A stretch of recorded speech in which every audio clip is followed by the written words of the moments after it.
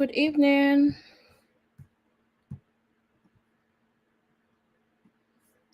Good evening, everyone.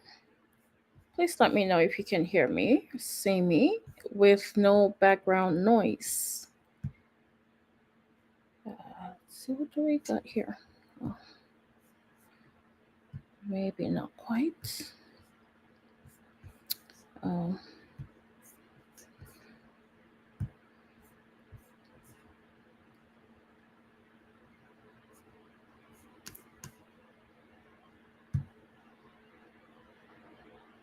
Good evening. How are you doing? Good evening, everyone.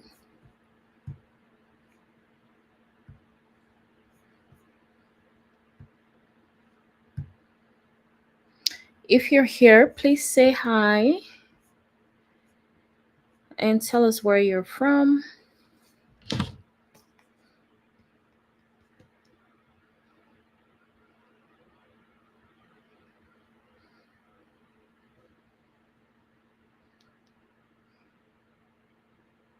I'm just going to go into the group. Okay.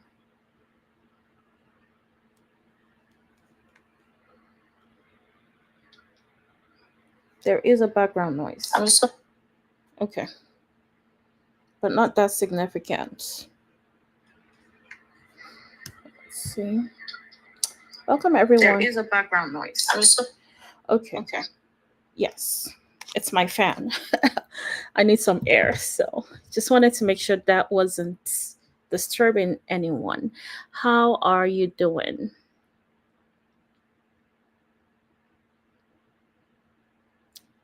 Hey, Hassan. Good evening. Can I get a duplex with 10K down with that will cash flow?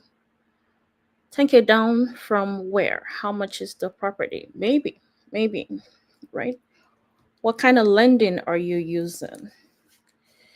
Are you using Hey Simply That? Instagram, hi Instagram. See Facebook, my group. Are you using Hey Simply Sorry That? about that. Okay, hi Meg, how are you? Good evening. How's everyone doing? Good evening. How are you? Let's see. Who's here? Hey. Hey, good evening. Hi Meg. If you're here, just say hi and I welcome you to our live session tonight. If you're here, just say hi in the comments so we can all say hi to you as well. And I would like to say hi to you as well. Hey, Tarsha, good evening. How are you? Hey, I am good, thank you. Welcome. How are y'all doing, guys? So I got a question here that was saying, can I get a duplex with 10K down that will cash flow? Yes. Depends on the price and where you're looking.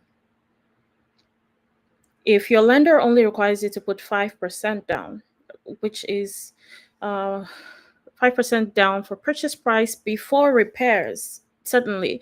It's so funny how you see comments on Instagram and they're like, how are you going to do that? How are you going to put 20K? How are you going to turn 20K into 2 million or $1 million? How are you going to, well, like, if you think about it, there are definitely ways to do all of that. So it's not impossible to get a duplex that will cash flow with a 10K down. And we actually have lenders that with experience would fund you at 100% and you only need to come up with closing costs. So depends on who you're using as lender, depends on your strategy, what kind of strategies are you using. Are you just going to go by full price at 10K down? I don't know if I would do that. I don't know if I would buy a property that has no equity at full price. So yes, it is possible to do that. Welcome everyone. I hope you're doing well. So we're gonna dive into the training in a moment. I'm gonna see how I can share my slides. Hey Funke. Good evening, Cambris. How are you? Hey everyone. Okay. If you're here, just type in the comments your name and where you're watching from. Hi Adebo Wale. Good evening. And I'm gonna start to share my resource for tonight. Okay, so bear with me a moment. I just love to most times I have you guys see stuff for yourself so that you have more, um, you're able to retain the information more. So let's do that today as well. I'm just going to move my stuff around. I have a lot of tabs open. Please continue to introduce yourself in the comments. And I am going to share what I got tonight. Okay, so share. And this is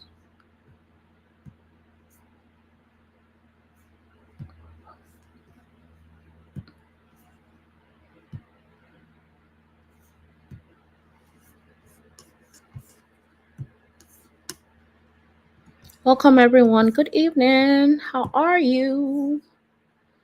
Good evening. I welcome you. It'll be just a moment. We have another slide here, and I'm gonna try to do side by side today, where my face doesn't get too minimized, because I want to be able to keep that eye contact if possible. So let's do this again. Bear with me. You know how it is with technology. So let's hope this works this time. It should.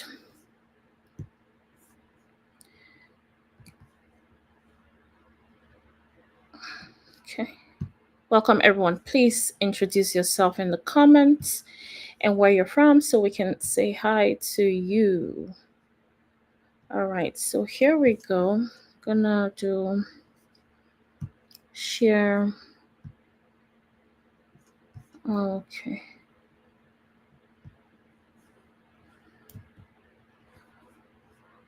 Let's see how this looks.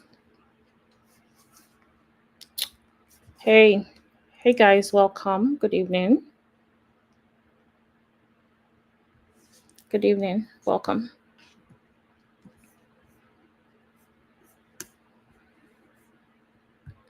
Okay, can you see everything? Oh, okay, still minimized. So I'm gonna come up a little bit bolder. Bolder. How about now? This is better. Good evening. How are you doing? All right, so let's get right into it. I like this. This is way better. Thank you for joining us. And just keep the comments coming. And if you have any questions as we go, type those questions in the comments so we can go over them together afterwards. Okay, as you are aware, hopefully, if you're not new here, my name is Yinka Olumorin. I am a coach on a wonderful platform, Acquire Real Estate. And what we do is do deals year round, following the trends or following the whatever the market dictates. So year round, regardless of what markets we're in, we're taking advantage of that particular market to do deals. And so that's what real estate investing is all about. And doing deals means buying properties and adding properties to your portfolio for passive income. So if you have passive income, then you don't have to worry about clocking in and clocking out and being tensed because of finances, things not meeting up with each other, ends not meeting, and all of that stuff. So if your income doesn't have to depend on your time, right? Things are at a different level. You have your financial freedom, or maybe you're on the pathway there, but you also have your time freedom, which is also a great thing. And that's why real estate investing is worth it for everyone. I am in Connecticut, Ed Morin. Ed Morin. Hi, Ed Morin. Thank you for joining. You're asking what state I'm in. I am in Connecticut. Members are nationwide. Or over 200 Acquire Real Estate members are nationwide. So welcome and thank you for joining us. All right, so we're going to get right into it. It's important to talk about the difference between flipping or renting, right? Because many times people are just drawn to the profits on flips or maybe the passive income on rents, and you're like, I don't want to stress out I don't want to lose a deal. I'm not sure what I'm doing, so I'm just going to rent it. But even at that, you still have to be careful. You still have to know what you're doing. And that's what we want to talk about tonight. So it's very important. It can be the difference between losing a lot of money or saving a lot of money. And we're talking thousands and tens of thousands in deals, right? So knowing what you're doing is so important. Ed Morin says, I'm watching from Camp Pendleton, California. Okay, how are the prices over there? Expensive? Are they on the lower side? I know some places and some parts of California are probably not as high as others. So where are you at? Is real estate expensive? And what are you doing in real estate? What is your activity like in real estate over there? So please feel free to share with us as we go into the training tonight. And where is it? Okay, cool. So yes, let's go right into it. To flip or to rent. And we're just gonna go into case studies and just kind of go deep diving into the little numbers. Not too complicated to make you feel confused, but just really something that gives you the actual knowledge of what we're doing while we're making decisions. Okay. So here is a property. So we have this nice property you're looking to purchase. It's cute. It looks attractive, and you're thinking, should I rent this property, or should I flip it, sell it, make some chunky income, or should I flip, or should I sell, or should I rent this property? Okay, so of course flipping is selling, right? So let's say this property you're buying at $170,000, right?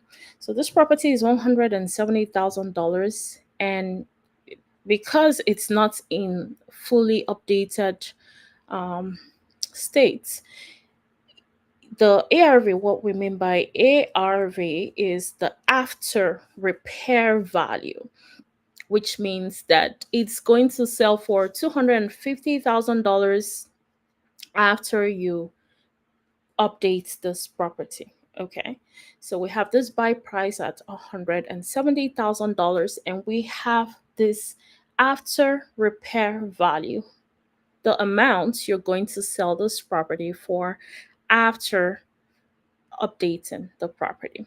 Okay, and this property you looked in the market. Hi, Jania, how are you? You looked on your market and you saw that other properties are renting for 2,300. So these properties are looking like this particular one. It's the same thing. There's not a lot of difference. It's the same how many bedrooms, how many bathrooms. It's this kind of similar square footage, similar finish, right? So it's gonna rent for 2,300 is what you came up with, and you have expenses, monthly expenses at $300, right? Are you following? If you're following, say I'm following, so I know that we're not losing anyone. Hey, hey everyone, and it's tenant friendly. Oh, okay, cool. So you are in hey, I'm just stepping out of this a moment. Edmarin says your area is super expensive. His area is super expensive in California. You invest in Cleveland, Ohio. That's pretty cool. Oh, nice. Cool. So you're an out of state investor. What do you do? Do you do flips? Do you do rentals? Are you doing single families? Are you doing multi families? What's your portfolio like? Or are you brand new at this? So please feel free to share that. And you said California is tenant friendly. That's a good thing. Um, how about Cleveland, Ohio? Right? Do you invest in California as well? Okay, so back to our slide.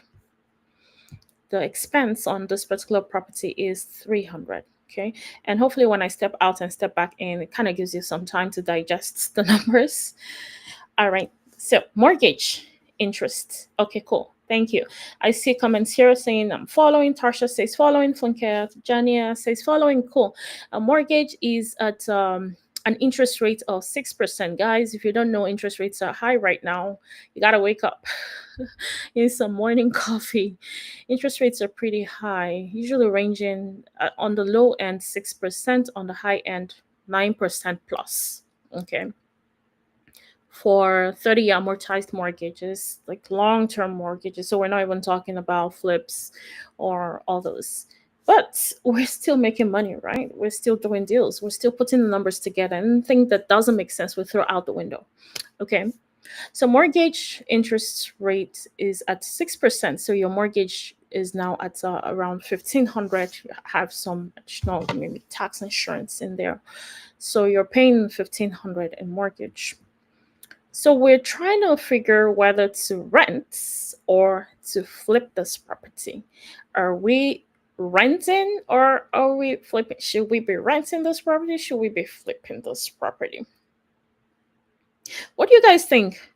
Let me know. What do you think? Drop that in the comment. To rent or to flip? Let's see who can predict what's gonna happen with this one. Are you gonna rent? Or are you gonna flip? What you think? Uh, Ed Moran says, I do single family, I'm new, I'm active duty military. Thank you for your service and thank you for joining us tonight. I had my first rental last year, June. Congratulations. I hope the rental property is doing great and cash flowing. How are you finding the real estate investing life? Do you like it? Do you feel like you want to do more deals? Are you getting there? You guys, can I know if you think you're gonna rent? You don't have to be 100% sure. Jania says to rent. Okay, cool. Who else thinks so? Would you rent? Would you flip this property? I know you don't have a lot of information on the flip side, maybe, but yeah, let's see what you think. Maybe it's just cute to flip, right? Right? Okay. So I'm going on there. I have one person saying to rent. I'm not sure anybody else said anything. Ed Moran says, I'm loving it. Cool. Okay. Hey, Farida. Farida says, flip. Thank you for thinking differently, right? Tarsha says, rent. Cool. Okay. Okay, if you have reasons, definitely put those in the comments and let us know why you would rent or flip. Ed Moran says I am renting. Okay, cool. Funke says rent. All right. So you guys want to rent? All right. Let's look a little bit at some surface numbers. There's some numbers here, and I think there is so Yum says it's costly already. I will flip. Cash flow is barely 500 per per KO. I like your I don't know what KO means. Maybe that's per month. Okay, cool. I like your line of thoughts and it's cool. Okay. Nice. Thank you for explaining that. All right. So she says people say flip, people say rent. I think most people say rent. Shola says flip. Ruth says rent. Okay. Cool. Cool. Okay. So let's see. All right. So cash flow. So cash flow, someone already calculated this cash flow for us in the comments. So you're for cash flow, you're actually subtracting 300 from your rent. If your tenant is paying 2,300, you subtract that 300 in other expenses and then you subtract your mortgage to arrive at your cash flow, right? So your cash flow is 500, right? So what do you guys think to rent? I would rent based on the FMV. What's FMV, please? I'm not sure what you mean by FMV. I don't know. Please explain. So, okay. Ed Moran says $500 is great cash flow. Mortgage and expenses covered by tenants. I kind of agree because I don't know. What do you guys think? Do you think you would? Is this a deal or no deal, guys? Deal or no deal?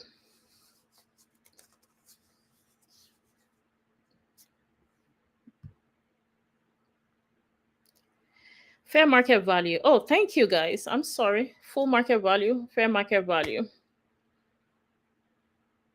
So are you saying fair market value for rental, for monthly rental income or monthly rental? Okay, cool. Thank you. Thank you guys. So what do you think? Tarsha says I want more than $500. I want more. Okay.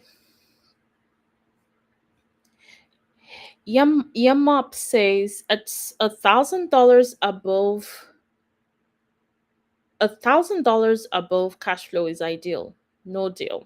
Okay. Okay. Okay. Well, so Yamop, and we don't mind you telling us your real name, your actual name. This is probably like an Instagram nickname. That way we're addressing you correctly. You want more than 500, and somebody else here says $1,000 above cash flow is ideal. So we're talking per unit for one single family property. So if you want to tell us what you're doing for investing, if this number you have been seeing in this current market with the high interest rates, is this a number that you've been seeing in this market with the current interest rates? Are you investing in single family? Hi Lola, nice to meet you. Are you, what do you do for invest? Are you currently an investor, or is this something that you want to see happen at $1,000 cash flow, which is extremely possible, right? On a single family property, if you're buying that property for cash, and let's say you put in, yeah, you should be earning definitely more, right? If it's like, let's say you bought property for 60K or something in a very cheap area, and it has really high cash flow. It might be a dangerous area though, right? Because sometimes crime rates and all of that, you kind of get to see that in very cheap housing areas. But you can cash flow a lot if you're buying for cash. If you have a mortgage on an average price or low price or low ARV property, maybe not. Ed Moran says flip is also good. Okay, for rental, yes, I'm a realtor, builder, and investor. Okay, cool. So have you been seeing this number on a single family property with a mortgage, right? So thank you for being here and contributing. Yeah. Okay. So now here's what I'm going to say. I think it's a deal in this market with the 6 to 9% interest rates based on these numbers, right? Based on these numbers, I mean, you're not looking to gain financial freedom from this one single family right here with your small um, down payment or whatever you've put in here. But hey, we're going to dive into this a little bit. But it is a deal in my books, right? Don't worry, things will get better. So if you're, let's say you're at 6% interest rates, if you were at 3% back in the days or just a few years ago, yeah, you can say I'm not doing 500. I have to find the perfect deal. Then you're going to be passing on a lot of deals, right? But this is not bad, and there's a reason why it's not bad, because this is not the only thing you're getting from this property, right? Okay, well, let's look at the flip side of things.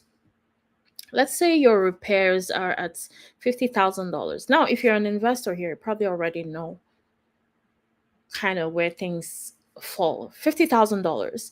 Let me ask you, deal or no deal? Do you have a clue? Do you think you can kind of guess if this is a deal or not for a flip? Deal or no deal for flip on this one?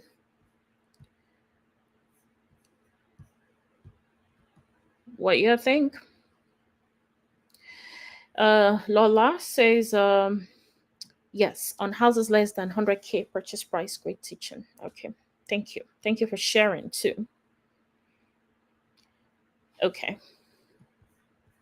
So the thing is, guys, it's you can possibly get financial freedom on one property. Maybe if it's Even multifamilies sometimes don't make a lot of cash flow in a year. So it's rare, but it could happen. Financial freedom is really building up that portfolio throughout the year, and you keep going. Right, year one, year two. After a year, can you gain financial freedom? Yes, it's possible. After 2 years, yes. After 3 years, highly realistic. After 5 years, extremely realistic to gain financial freedom if you're an active investor and consistently doing deals. Right, depends on the activities. Really, garbage in, garbage out. What you put in is what you get. Sometimes you strike really like home run deals, financial freedom deals. Those happen too. Right. It could be a big deal, it could be a small one. Maybe on this property, you decided to do midterm rentals, for instance, and you were doing insurance companies. Um, I don't know if the size of property will qualify for that kind of luxury pricing. But let's say you could, put a pool. Maybe you had a pool, you spice things up, you didn't have to spend so much, and now insurance company says they'll pay you $15,000 in a month. So that's financial freedom for some people. 15,000 a month in rents per month on one property. So there are some luxury houses that make 15,000, 20,000 in a month, right? But those don't happen frequently, and there are a lot of things they look at to be at luxury. Okay, so yes. Okay, so no deal for you. Ed Morin says no deal at repairs of $50,000. Okay, so actually, and then Tarsha also says no deal. Actually, so this actually gave you a profit of $40,000. So does that change your mind on whether it's a deal or not? Your strategy is Burr. I like Burr. Burr is the best strategy ever. Love it. Yeah. So who likes the idea of making $40,000 on a flip? Right. So within coaching, we say nothing less than $40,000, and this one meets that criteria. So deal or no deal? I know you guys said no deal. Deal or no deal on this one? I'll say a deal. It's fine. Right. It's okay. If you make $40,000, it'll probably take you 4 months, three to 4 months on average, um for duration of the flip or in and outs, depending on the area and how you're able to sell it, right? So it's not a bad return on your time, and also it depends, right? For some people it's not worth it. If you're making $1 million a month already on your $1 million a year already on your 9 to 5, you probably don't want to waste your time though. Or maybe it's just not worth your time. So yeah, if it's not worth your time, it's not worth your time. But I think for most people, $40,000 profit on a deal is worth their time. So Tarsha says, "I'll take it." Yes, I'll take it. Ruth still says no deal. You want to rent. If you're saying that because you want to rent instead of flip, let me know in the comments why you still want to rent at $500 a month instead of taking the $40,000 profit. Please calculate the flip. Please calculate the flip. What do you mean calculate the flip? It's fair. Yeah, it's fair, right? So the profit on the flip is fair. Lola says it's fair, but equity in the long run is key for me. Thank you. Okay, so talking about that, what Edmorin just said equity in the long run is key for him. So let's say the property appreciation, you found out, you're like, oh my goodness, this is a good area. So properties can actually appreciate at 10% yearly in this area. Wow. Um, Am I gonna flip? I don't know. Now $500 looks attractive to me, right?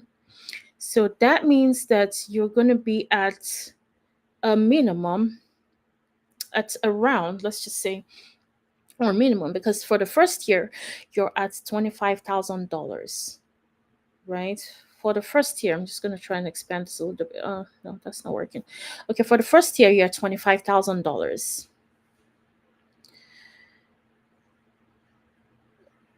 For the first year you're at $25,000 in equity. So if you're adding that $25,000 to, I'm not going to calculate the cash flow, the profit on the flip, because I have to use a deal analyzer. We're not doing complicated things on this coaching. on this. No, this is not a coaching call. This is a live session.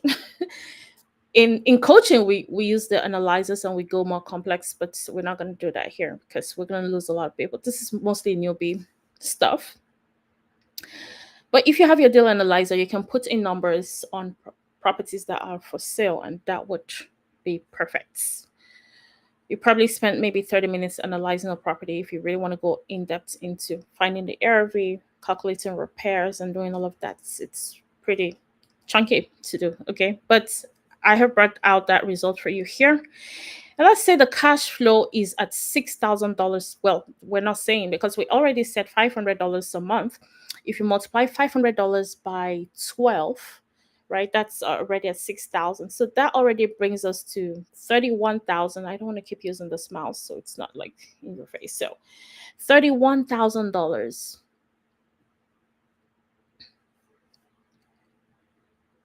$31,000, right? In the first year. Then the second year, you see what Edmonton is saying. The second year, if you're adding that $25,000 in appreciation yearly to your ARV, right? Where you're at, so you're at 275,000 in ARV. And now the following year, if it's still appreciating at 10%, you're at 27,500 on top of that. Shortly, you are at 300,000. The property is worth 300,000. It's worth more. And you can pull out equity eventually as you go, right? So cash flow is at 6,000. So does it make sense how you can choose to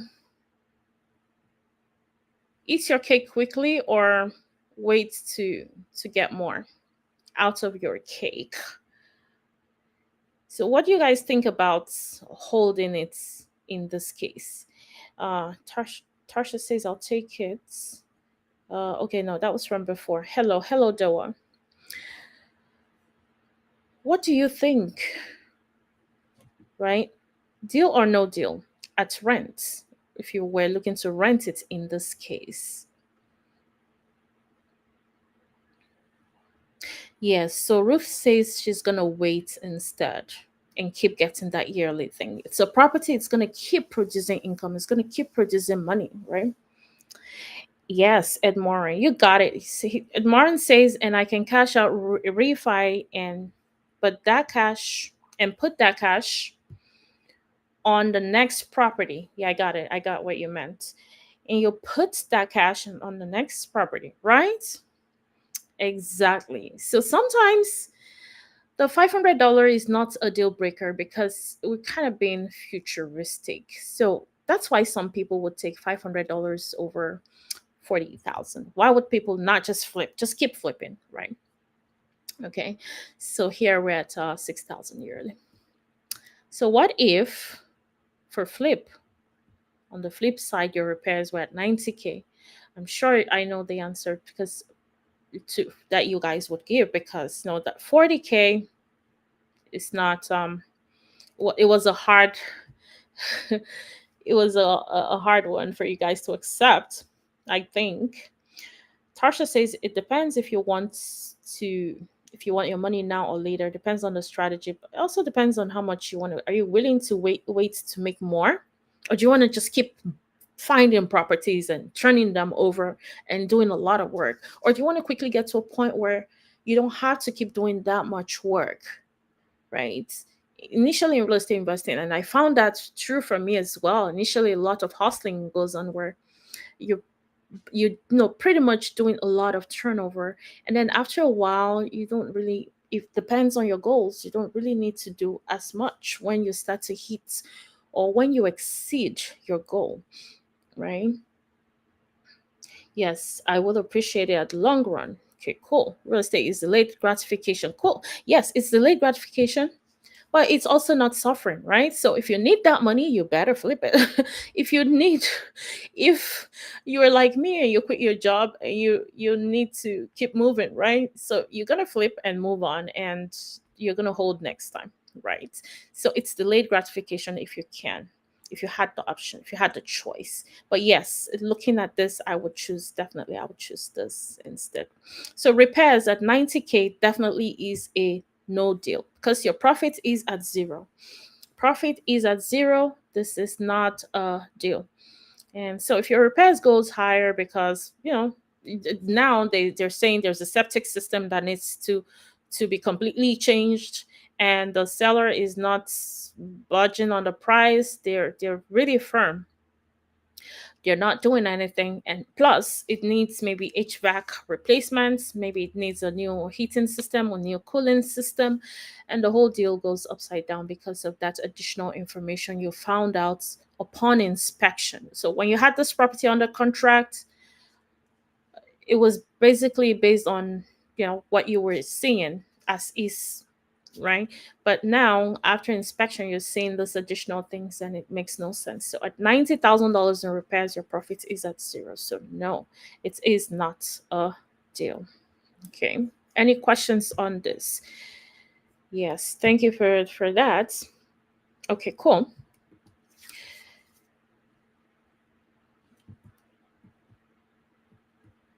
Okay, so in this, we're still going to go back to this particular property.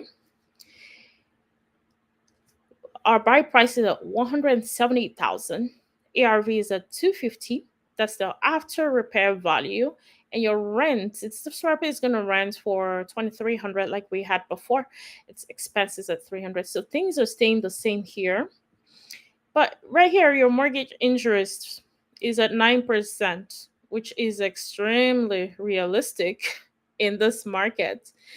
So your mortgage interest, and also with credit score, if you don't have a good credit score when you're trying to do this, it might, it might just get fetch you a bad term, depending on lender. So you got to try different lenders from, it will vary from one lender to another what they're offering you. But in this case, unfortunately, due to your fault or no fault of yours, interest rate is at 9%. And now your mortgage is at 1950. What do you guys think? Flipping is pretty much the same thing, right? Nothing really changes as far as that goes because of this one variable, which is the mortgage interest changing from 6% now to 9%. We loved the idea. We loved the idea of renting with that, right? But in this case, what do you think? Do you think you're still gonna want to rent? Do you think you're still gonna rent? Yes, Ed Morin, you're welcome. Take care. Are you gonna rent this property? Cash flow in this case, if you're already calculating that, your cash flow is at 2,300 minus 300 minus 1950. So you're subtracting all your expenses and mortgage from your monthly rent. Does this even make sense? No, right? Funke says no. Tarsha says no. Profit will be too low. Exactly. So profit is at $50 per month in cash flow. Some people will say it's okay. I mean, this clearly shows that there's no reserves. You don't have any reserves, only $50. So if something breaks, that will put you at a negative. If there's a tenant complaint or something breaks, or you can't even put money away to improve anything. So deal or no deal? No, this is not a deal. So you can see how the numbers kind of vary depending on what your strategy is, depending on what you're looking to do, depending on your interest rate. Now we're going to go into another property. This is, you can see, it looks more like a higher end property. It's higher end, it's cute, and you probably already have an idea whether you should be holding this property or not, right? So the buy price on this one is 300,000. The after repair value, it does need some updates. It looks beautiful on the outside, but it needs some updates inside. So the after repair value is 550. This property would only rent for 3,000. It would fetch you 3,000, and you have expenses at $600. You have mortgage interests at 6%, right? And your mortgage comes to $2,500 every month. Would you be able to rent this property? Deal or no deal?